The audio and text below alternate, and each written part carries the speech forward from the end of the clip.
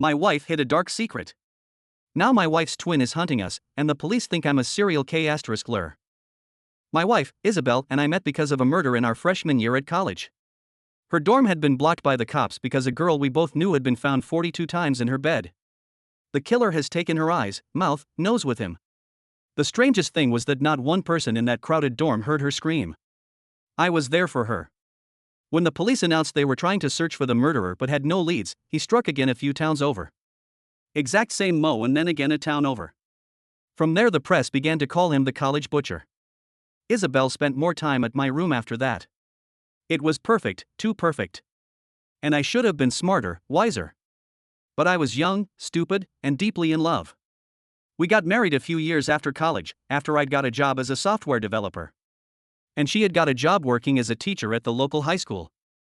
We bought a house in a quiet, safe neighborhood, in a quiet, safe town. And for a while everything seemed so good. For 10 whole years, everything has been good. Until 3 weeks ago, when I decided to clear out the attic because I could swear I heard something skittering up there. When I was getting ready to leave in the morning, thinking it was mice or rats, I told Isabel in the kitchen that night while she was adding the finishing touches to the bolognese, and I was pouring us a couple of glasses of wine. I think there's something in our attic. I said casually as I passed her the glass of wine, I'm going to go give it a clear out and see if it's a rat or something. When she said nothing, I looked at her face. It was completely pale. And she was staring at me with something I could not place in her eyes. It wasn't fear, it was something else. Don't go up there, I'll deal with it. I frowned, I really think it's something small, and I've been wanting to clean up that place for a while, let me deal with it. She stared at me then, and a sort of involuntary shudder went up my spine. Jack, do not go up there. Promise me. I nodded slowly, confused. We respected and loved each other, and I wouldn't want to hurt her in any way. And given how stressed she was, I knew I had to listen to her. But she may as well have dangled a chocolate chip cookie in front of my face and told me not to ever touch it. So I waited until she left for work one morning and went up there. The attic was dark, but we had a light in the middle of the room. Regardless, I had my phone's torch I could rely on since ours was an older house. We had actual stairs leading up to the attic as opposed to a ladder. And when I walked to the end of the hallway and opened the door that led to the attic, I swore I heard a creak at the top of the stairs. The kind of creak only a foot can make when it lands on a faulty floorboard. The hair at the back of my neck stood up as though a cold draft had blown into the hall. I squinted into the darkness at the top of the stairs and softly asked hello. As the moments passed, rationality caught up with me.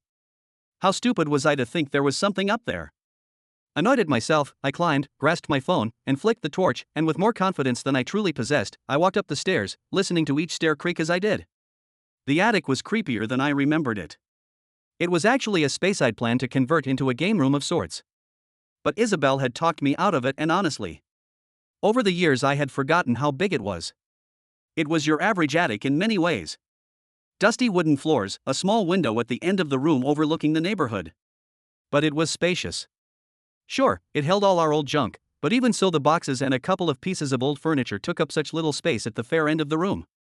I remember thinking how nice skylights would be in the sloping ceiling.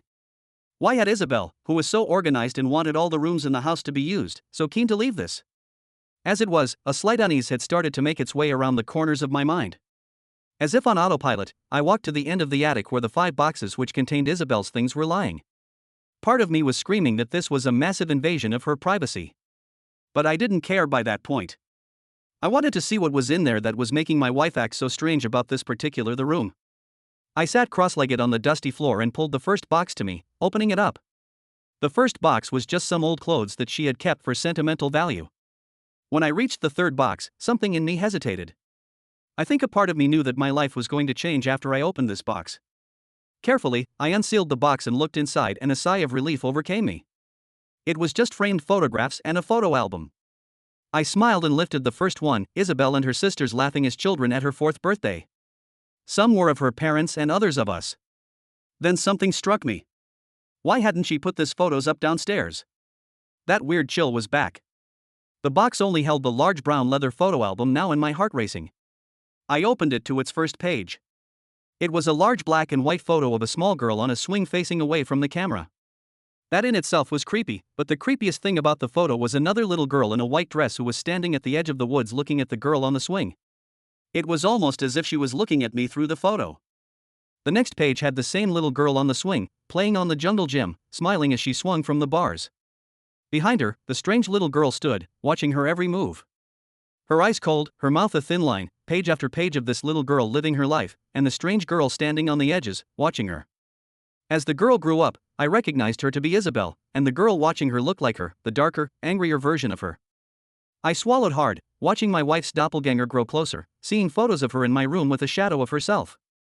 Watching her, my vision swam and I felt sick. Snapping the album shut, I wedged it under my arm and fled the attic, taking the stairs 2 steps at a time, down from the attic. As I closed the door and leaned my head against it, it took a slow, shuddering breath. What the fuck was going on that evening? I waited for my wife to come home at the kitchen table, nursing my strongest whiskey in my hand as she walked in through the kitchen door. "Hi, hon," she greeted me with a kiss and dumping the shopping bags full of groceries on the table. "How was your day?" I paused and slowly cleared my throat. "I found it. Isabel." She was pulling the milk out and was about to turn to the fridge to stack it when I said this. She frowned, putting the milk down on the table. "What do you mean?" I quietly lifted the album off my lap and put it on the table. "This is why you didn't want me to go into the attic, right?" The words came out harsher than I intended them to. She looked at the album and her face turns pale, as though she has seen a ghost. But when she looks at me, she says, "I've never seen that before in my life," and without another word, walks out of the room and chased after her. "Isabel, who is the girl in this? Look at me when I'm talking to you." I grasped her arm and turned her towards me. She slapped me hard across my face. My wife, who wouldn't even raise her voice at our cat when he scratched her, slapped me. I watched in open-mouthed shock as she stormed up the stairs in your bedroom and slammed the door. The album was still in my hand, the weight of it in omen. And that's when I heard it again. The skittering I had been hearing from the attic. Except now it sounded like it was coming from our bedroom. "What the fuck?" I muttered. That's when the scraping started. It sounded like someone was very slowly clawing at the floorboards above me. My heart began to race as I slowly looked at the darkness at the top of the stairs. Why hasn't she switched the lights on when she went up there? "Isabel." I called, my voice hoarsened with fear. At first there was nothing. But then I heard it. "Isabel." A high-pitched voice marked it from the darkness. My blood ran cold. I was terrified, but the thought that my wife could be in danger was more overpowering. I ran up the stairs to our bedroom door. I found it wide open, with no trace of my wife inside. "Is Isabel?" I asked hesitantly as I looked around the empty bedroom. That's when I felt it. A cold hand grabbing my ankle from under the bed. I screamed and pulled myself out of its grasp, stumbling backwards until I fell against Isabel. She grabbed my hand and dragged me down the stairs. "I told you not to go into the attic," she sobbed as she dragged me to the front door. "Now you've let her out. You've let her into our lives." As we got outside, she rushed to the car. "Hurry up before she finds us." I jumped into the seat without saying a word. "Isabel, what the heck is going on?" She started the car and we zipped out of the driveway. I could see her knuckles were white from gripping the steering wheel so hard. She finally spoke, her eyes focused on the road. "She's always been there, always angry. You see, I'm the one who got to live." "What?" I was more confused than ever. "I'm a twin, Jack," she said to me quietly. "I'm the twin that survived while she died in the womb." I looked at her, confused. "So she's what?" "She's an evil spirit who wants a chance to live. And ever since I was born, she's been eating away at my life." That album was a way to trap her. Those photos were like talismans. I used to keep her in there, every single physical piece of evidence she exists. When we were in college and that awful thing happened, I went to a professional. She helped me trap her. "And then?" "And then I opened up the album and let her out," I said softly. She nodded, a resigned sigh escaping her lips. "She wants to be me. You understand? She won't stop until she has absorbed all of me." I was quiet. That's when I saw the movement in the mirror. Turning around, I saw the thing that wanted to be my wife sitting there, grinning at me. I yelled. Isabel slammed on the brakes. We didn't even see that truck coming. We didn't have a chance. When I woke up at hospital later, a policeman was standing next to me, looking grim. I clearly tried to get up, but my whole body felt like a bruise and I fell back onto the bed, breathing hard. "Isabel," I whispered.